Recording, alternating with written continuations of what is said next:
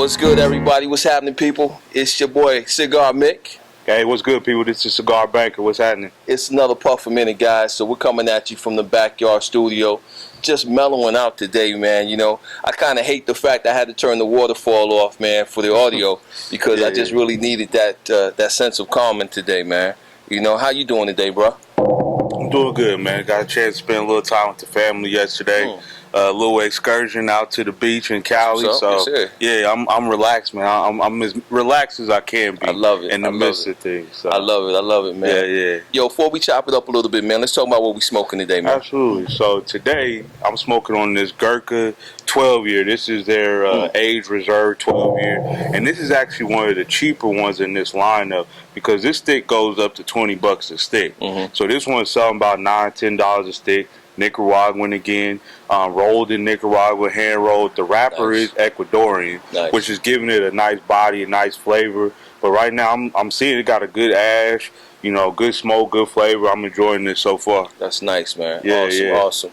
So this is gonna be one of those rare times where you're gonna catch Cigar Mick off his game, right? Because this one I just found in my box this morning. I know it was given to me by my man Bradley. It was from Alec Bradley. But this is their new offering right now. It's called the Gatekeeper.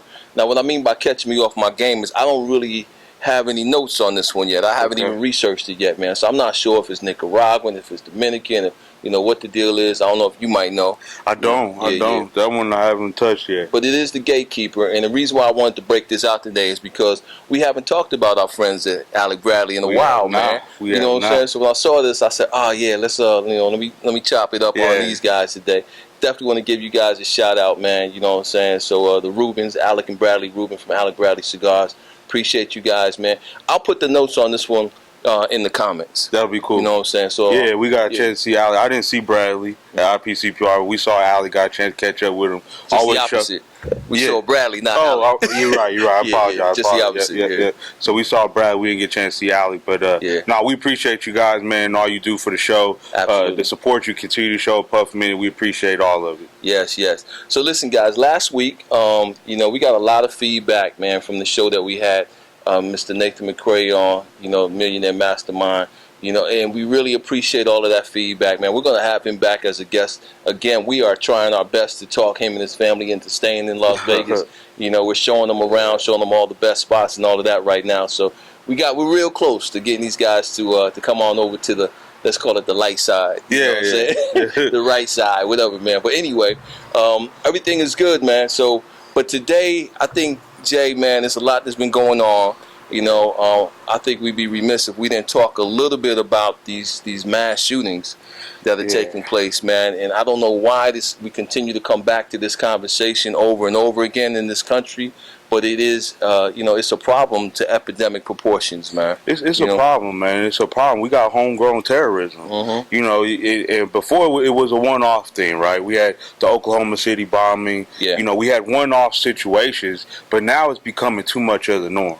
The first World Trade Center incident was a homegrown terrorist, but now you have all these. It's becoming too much of a normality that people are getting desensitized to it, and that's where I'm having an issue. Right, when the shooting happened in El Paso, we couldn't even catch our breath. Then we had another incident that occurred in Canton, Ohio. Exactly. So, and El Paso is not. There's not a large black community in El Paso. Right. Most of the black people in El Paso, because believe it or not, Cigar Banker was actually born in El Paso. I was only there for a few months, but my father was stationed there in the military. Most of the black people there are military affiliated in some way, form, or fashion. So he went there directly targeting the Hispanic community. Yes, he did. That's a border town. It's a border community. He went there directly targeting them and came to find out later on, as the news started to come out more and more about who this individual was that did the shooting, that he was a staunch Trump supporter, a staunch supporter of the leader of the KKK,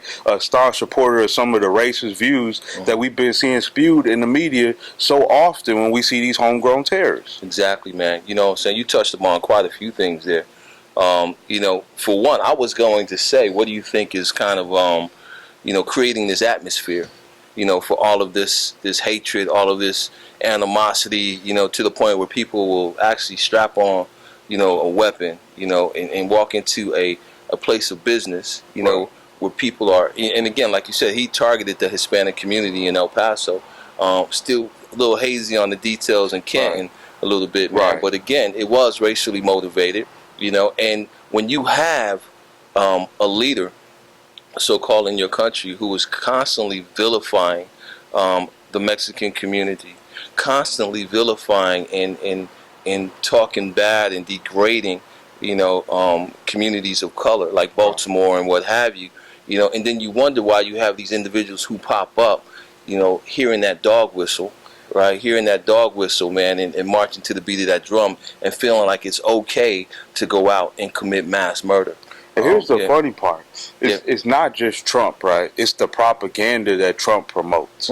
When he comes out and says, you know, we got to keep the bad people out from Mexico because we got all these bad people coming from Mexico committing crimes and murders and stabbings and rapes and all this other stuff. It's the propaganda, right? So once he says it, he plants the seed, and then all you see on the media is Fox News and whatever other media outsources there are. They're out there talking about the Hispanics and how they're creating crime here. They're committing more crimes here. Then we start this whole, we're going to start deporting people and all this. That's all propaganda that feeds into it. The wall, the whole, I mean, everything, man, is line upon line, right? It just keeps building and building and building and building until you've created this pressure vacuum that absolutely something is going to happen. Something's going to burst. You know, the pipe's going to burst or what have you, man.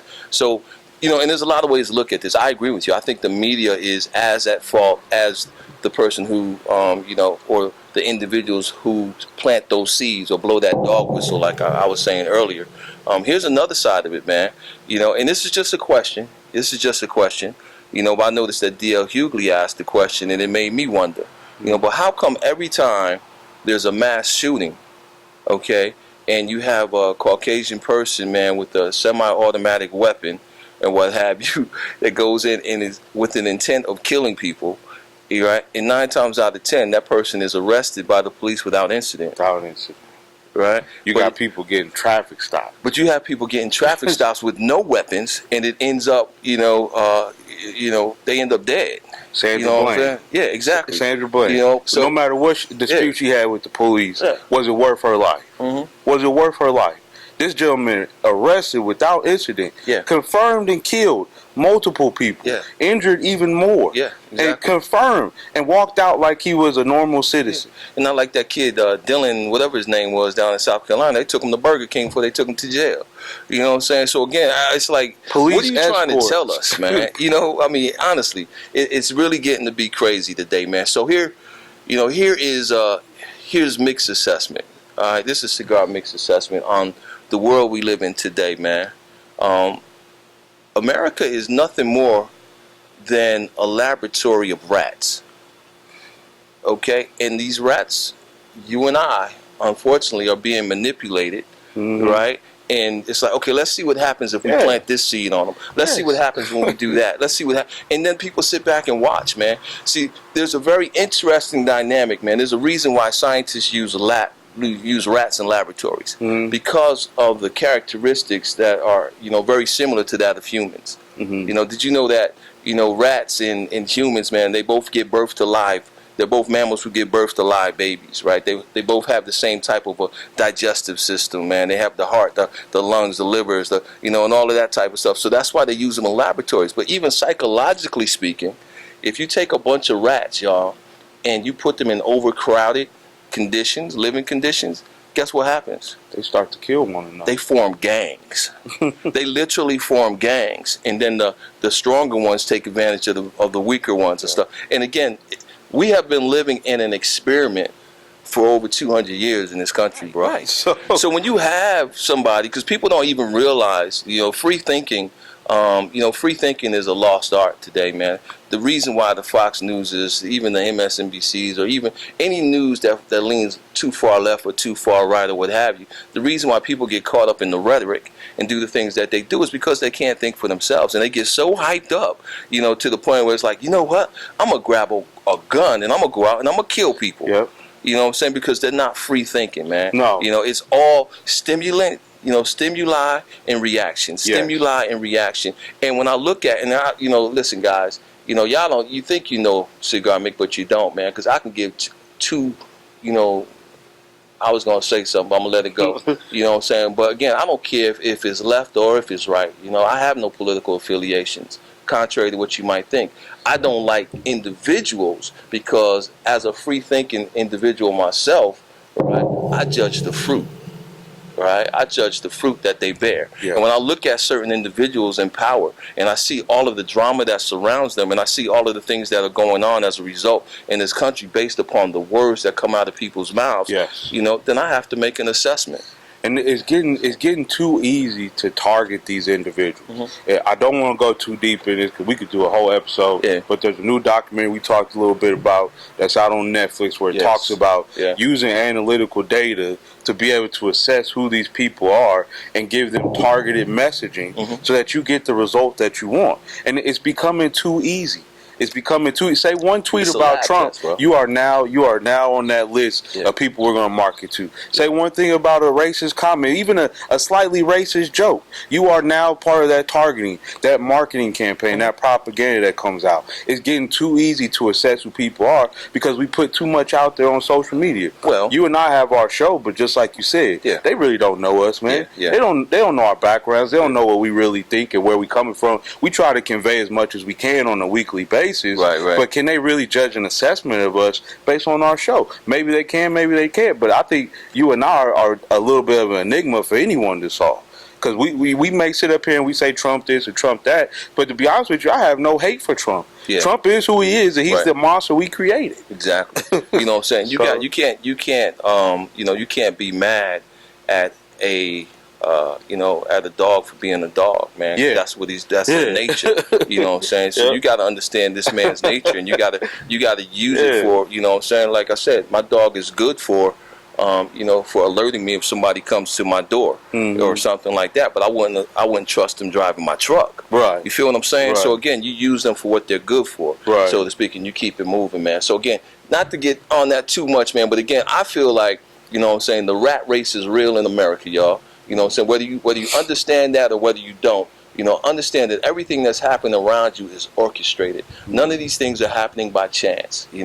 Every time something is said, I fear for the lives of those Democratic congresswomen, you know what I'm saying, with the chance about get out of the country and go back where you came from and all of that type of stuff, because that too is another dog whistle. And that too put their lives in danger because there's another idiot out there right now who's at home, who's packing his ammunition, you know what I'm saying, and all of that type of crap to try to get at one of these women because the dog whistle was heard. Right. Okay? And that's the way that these people react. Right. So, yeah. And I think we have to pat ourselves on the back a little bit, bro, because we talk about this issue from a standpoint of the individual, right? Yeah. We're not coming at it from it's NRA, it's a government system, it's this, it's that, because that's what people will try to do, right? Yeah. They'll try to put systems in place to try to control people. Yeah. You can't control people. Like you said, a dog is going to be a dog. Dog's going to be a dog, man. You know what I'm saying? I don't think gun ownership is an issue.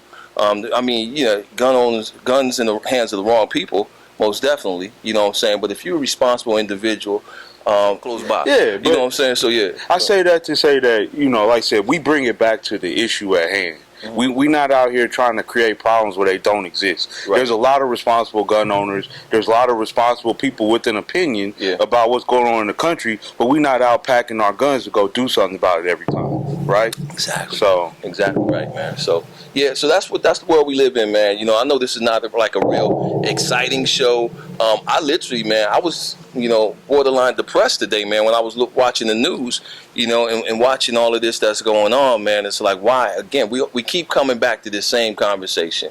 You know what we do? We talk about it. We lament for a month or two. Politicians get up and make a bunch of BS promises, and 3 weeks later, the whole thing is forgotten about. It's business as usual until the next shooting. The root of the issue is what are we feeding these people to make them feel empowered to where they need to put it in their own hands to go do these kind of things? Straight hatred, man. Yeah. At the end of the day, it's just straight hatred. It is. You know what I'm saying? And why are we stoking the flames, man? Stoking, the smoldering flames of hatred in this country, man. It doesn't matter.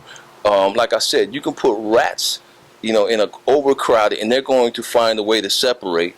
You know what I'm saying, and to form gangs. It doesn't matter. In this country, they decided to do it among racial lines today.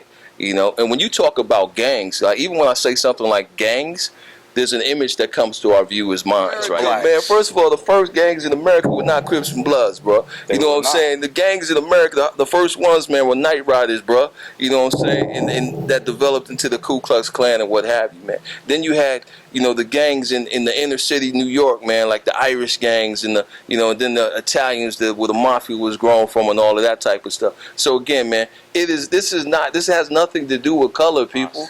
You know where the word posse came from? It's from the Ku Klux Klan, and they put that on us. It's crazy, bro.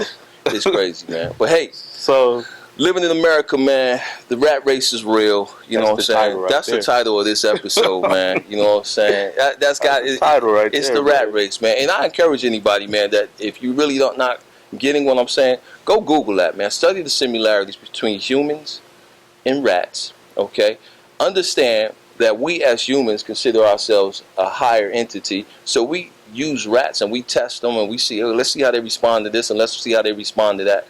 I wonder, you know, who is planting these seeds in our community right now, man, among us. You know, who's saying, let's see what happens when we do this. Russia understood that. You know what I'm saying? That's why they say, look, how can we manipulate the election in America? What's the most divisive issue that we can touch upon? And they came in and they touched upon race. You know what I'm saying? And it's bearing fruit to this day. And people don't realize the Civil Rights Act was only 50 years ago. It's not like we've been out here living the life and living the American dream, as they call it, for that long of a period. There are many people alive that still remember exactly what it was like to grow up in racism and segregation and Jim Crow and all these different things. So there's still that opportunity to divide us based on that similarity. We still got people living that remember it. Wow. Hey, bro, how we doing on time? Man, I think we getting there, bro. We getting there. So, like I said, man, this has been another show that's been important. It is. We don't like always bringing the somber mood. Like I said, we brought you good motivation last week. We had Mr. McCray on the show with us. Some truth. But we got to. There you go. We got to give him. You know what? Puff a minute, guys. You know, it's Cigars and Conversation, but it's edutainment. You know what I'm saying? So we try to educate while we're entertaining. You know, so today was a little bit more, I would say, on the educational side. You know, next week maybe we'll chop it up. We'll talk about football coming up. You know, and all of those types of things too. It'll be a little bit more festive. But I wasn't feeling festive today, guys. And I did not want to turn off my waterfall because I needed that soothing, the sound of that water. You know what I'm saying? It just mellowed me out, to wake up to, man. Yeah, it's tough, man. But with that, man, like I said, man, we got to give you the rundown as usual. We appreciate the love on Instagram, our followers, our support you're showing us. That lets us know we putting out a good product. We appreciate that. Make sure to continue that over on YouTube. Subscribe, hit that bell link so you get the notifications every time we post up something new. Hey, now we got a couple of new offers. Like I said, we've been talking about Spotify. Soon to hopefully be on Apple Music. And then also connect with us, our business people on LinkedIn. Yes, please do. Please do. If you're on LinkedIn, man, go find the Puff a Minute, man. Send us some messages. Let us know what you guys are smoking. You know, let us know what you would like us to, you know, to bring to the show, man, as far as content. You know, what you enjoy and stuff. You know, just, you know, communicate with us, guys, because ultimately we do this for you. You know, and if you're going to Denver, to the Rocky Mountain Smokeout. Man, I keep saying Smoky Mountains. I'm from the East Coast. To the Rocky Mountain Smokeout, guys. Look for your boys from a Puff a Minute. We'll be there and we'll be in the house, man. We'll be chopping it up. Come find us over by the Illusione booth. Absolutely. All right. Hey, with that, man, yo, it's been another Puff a Minute. I'm your boy Cigar Mick. This is Cigar Banker, people. Yo, remember, this is a Puff a Minute, and we are not just blowing smoke out here. Yes, sir. Peace, and we'll holler at you guys next week.